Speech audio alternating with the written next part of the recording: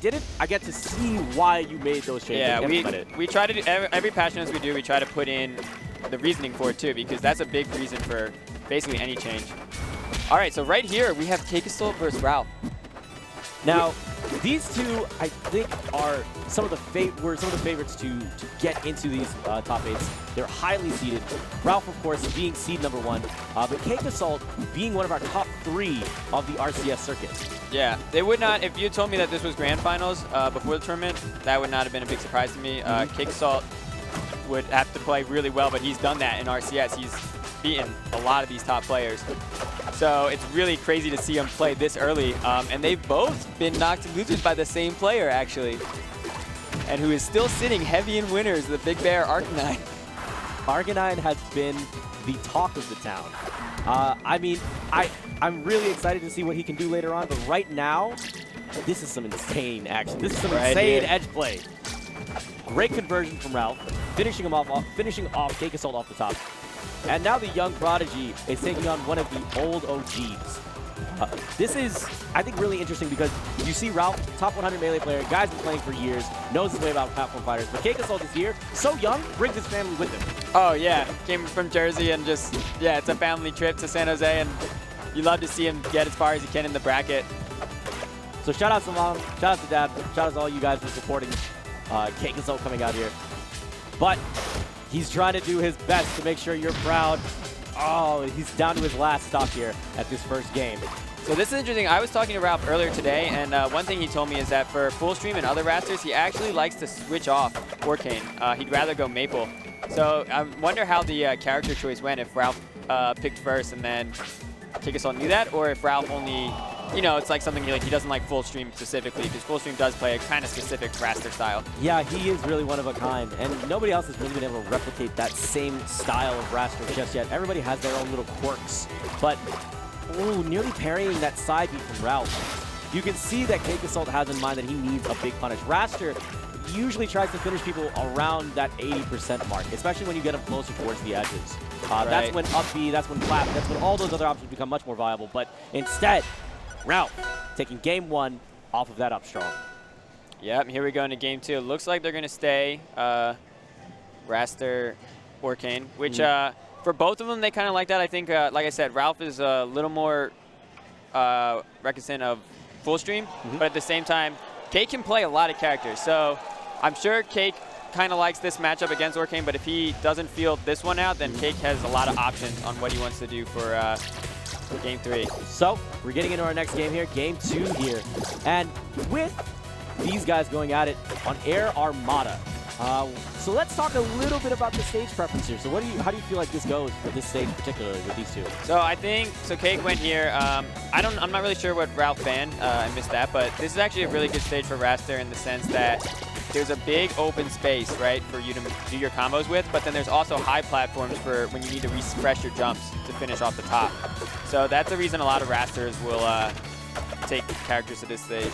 There's definitely a low ceiling here that is a strong option. Now, we're of course seeing that Rasters want to kind of hold that center stage, take abuse of that slipstream a little bit higher up, so they have more ways to approach their opponents. Ooh, they try to avoid it being at ground level. Here's the parry, not needing to worry about the side. Okay, the side B actually dropping down in there. There were so many options for Ralph there. He could have puddled, he could have side B. That's a nice forward tilt. Oh my god. I really like that interaction though, because what happened was Kekasol hit him once, coming back with a really nice, catches him with just the read up strong, or up beast rather. Oh, that was sick. That was beautiful. But yeah, they actually played that interaction twice, and the first time Kekasol had a really good current to kind of mess up Ralph's edge guard, and the second time he went for it, Ralph just immediately went into a forward tilt because the hit stun on current is so short that you can actually follow up faster than Raster can usually follow up. Using the jab check there, knowing the parry was coming, followed up. Oh, this is tough. We're at pretty much dead even, but I like to, when you look at these percentages, I like to think that Raster's at the disadvantage because of how glassy he is. Yeah, exactly. Then again, the other interesting part about Raster is that 60%, if the way the character plays, if he combos into a finisher, like that's the perfect damage to kind of start that combo. Yeah, that like around, it starts to bridge into like those 100%, like those triple digits, where you mark right as really kicks in, and it's really tough to like right now, he's still in an area where he can land 1 or 2 hits and finish, but if he gets a little bit higher, it kind of gets hard. You kind of have to get a read for a KO. Oh, that was so sick. That's one of the recent changes that Raster got. Because now up tilt with Spike, you can use that as a pop-up and a launcher, and you read the DI, and you can find a follow-up. Yeah, and right there he had it, he just up strong just this. No! Bit too ambitious. Dash dances right into it. Oh, that is tough. That is a heartbreaker. Especially because you were thinking to yourself, he's probably waiting for the up B. As soon as he hits that, as soon as we see Razer hit that up B, that's going to be that stock, and then it just resets again. But unfortunately, bit too aggressive, getting caught. So the interesting thing here is, generally speaking, Forceburn actually has a pretty good matchup against Orcane because it's really hard to approach Forceburn, and he can kind of just wait out, and his down tilt kind of matches Orcane's down tilt. I think Cake doesn't like going that into Ralph just because Ralph is so aware of how Forceburn plays, maining him for a while. Yeah. There has to be something there where he doesn't feel confident using Forceburn against Ralph. Makes perfect sense. Oh my god, the style. This is a beautiful combo. Oh, wow. Side B a bit too high. Ralph just completely avoiding those fireballs. Super smart footsies. Ralph continuing his onslaught, trying to see if he can hold edge. I don't know.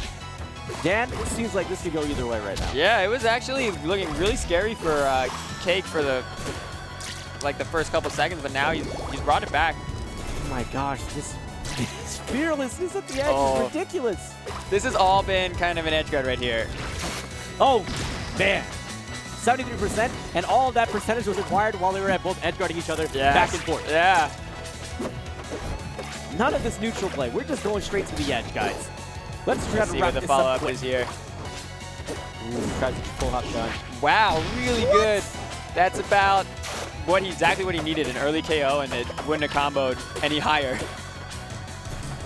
Oh, gets caught with that down B, and Ralph now trying to push himself back to center stage and hold that control. One of the funny things about playing Zetterburn 2 is you kind of have like a weird euphoria when your opponent's on fire. Like you always feel better, and it kind of is in the zone if you can keep your opponent lit during combos. So even if you're down, if you're gaining damage by keeping them lit. And there's some points that Zetters actually will make the choice where it's like, I know I could try to end with a big finish here, but it might not kill. So I'll go with the guarantee stuff and know exactly where my opponent's going to go. Maybe I'll light him up, maybe I'll just send him to the grave. And Ralph is probably one of, considering how traditional Zetterburn is as a character, Ralph is probably one of the best players in the game to play against a Zetterburn. And Cake is showing that he does not care about that at all right now. Good sack. Bit too high again. Also, Orcane can really low profile those really easily. Wow, that's a good forward tilt. Because it has a pretty big hitbox, and he covered the whole platform where Cake could tech to. Ooh, misses the back air, but parry stun was long enough for him to make up for it. Failed punish here from Cake Assault. Ooh, I really like that shine there.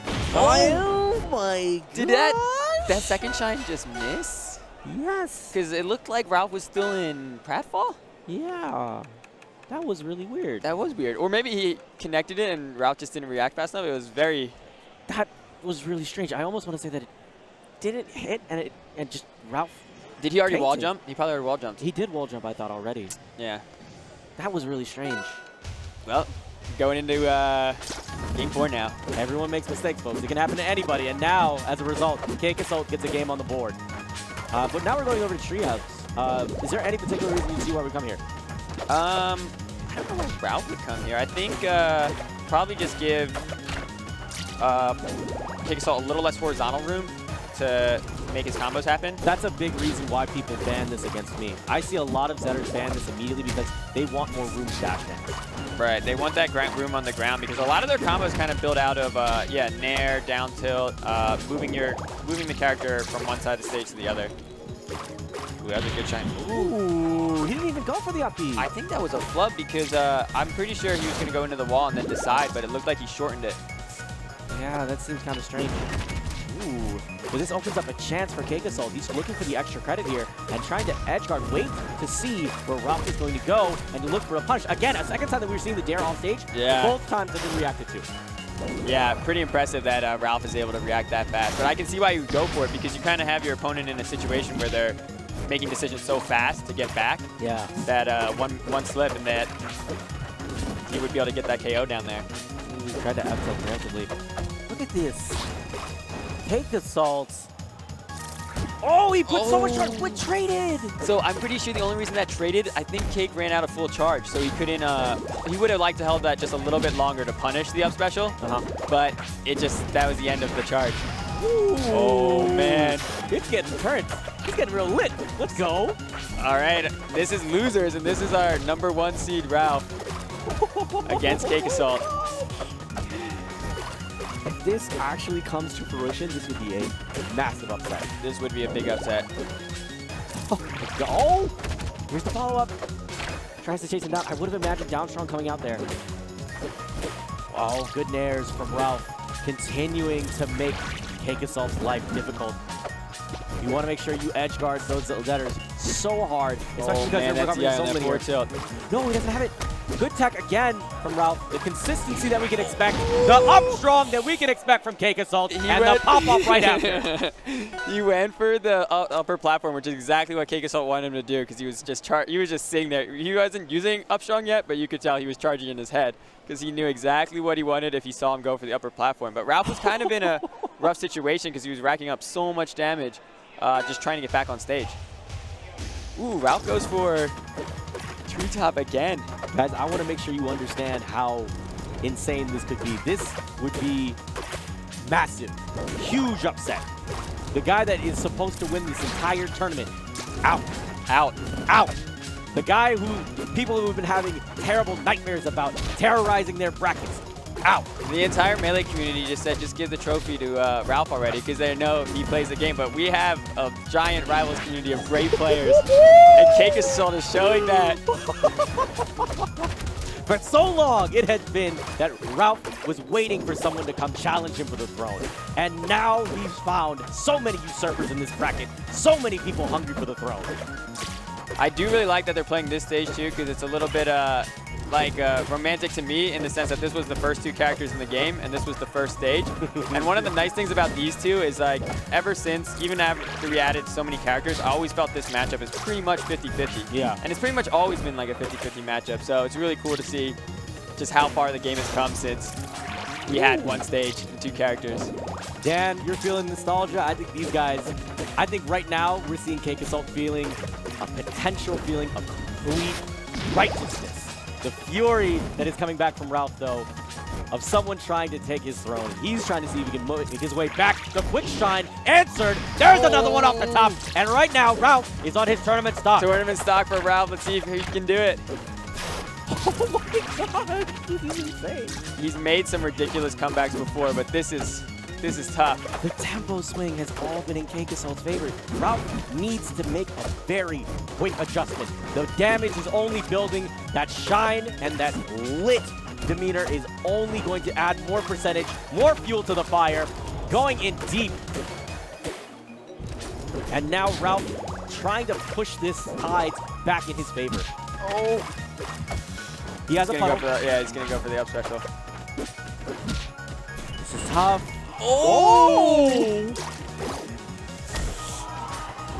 The fire just ended. That would have been a sure. No, good DI. Oh! He was popped off too early. He popped off too early. No. In traditional memer fashion, Cake Assault has popped off too early. He thought he had it. He just threw the SD. Is he going to throw away this tournament? Ralph is right now on the edge. Oh! He's got him. Cake Assault gets it. He's done it. Oh my gosh. Cake Assault, the young god. The man that everyone has seen come from the loser's bracket from an early defeat, has now come on and risen to the top and taken it over Ralph, the top seed. Knocked out Ralph. Can I just say, though, if Cake Assault had lost that last stock, I'm pretty sure you can never play Rivals again after that moment. I don't think you can come back from that, right? Like, he had the game, and that was a pop-off. That was a pop-off down switcher. That wasn't like a little flub after knocking him. That was, I won. I got this. I won the match. I'm just going to throw my stock in heroic fashion so the game ends with me sliding off the stage. And instead, he gets all the way up to 60% on his last stock. Oh, my God. That was amazing. This #1 seed. This is history in the making. So that's crazy because this is our Genesis 1. But Genesis 1 wouldn't. Ralph would have been Mango. Oh my god. This would be like. This is where the storyline starts. Yeah, right? This is where, like, up until this point, everything's been, like, lore. Right. But now the story begins. Yeah. The story of Rivals is unfolding right in front of you. And what dramatic fashion it has been doing so. I feel like Ralph is kind of like the old god, and now we're moving, you know, like kind of like Ken in Smash, like for so long, and now we're kind of starting to see like that transition. And if you remember in Melee history, there was 3 players who came up after Ken. It was M2K, Korean DJ, and PC Chris, and they all kind of shared. I have a feeling we might be moving into a stage where there's going to be a couple players who can kind of all take these big tournaments, like the big online events, the big local events. Right now, we're kind of stuck by region where, for example, if we do a tournament over in Florida, we're not going to be able to get everyone, like someone like Ralph from the West Coast. Yep. But this is an event where everyone's here, and this is, like you said, the start of a new story. So Ralph will not be wearing the crown. Now, the equivalent of Armada you're seeing on stage right now, you're seeing Chaos taking on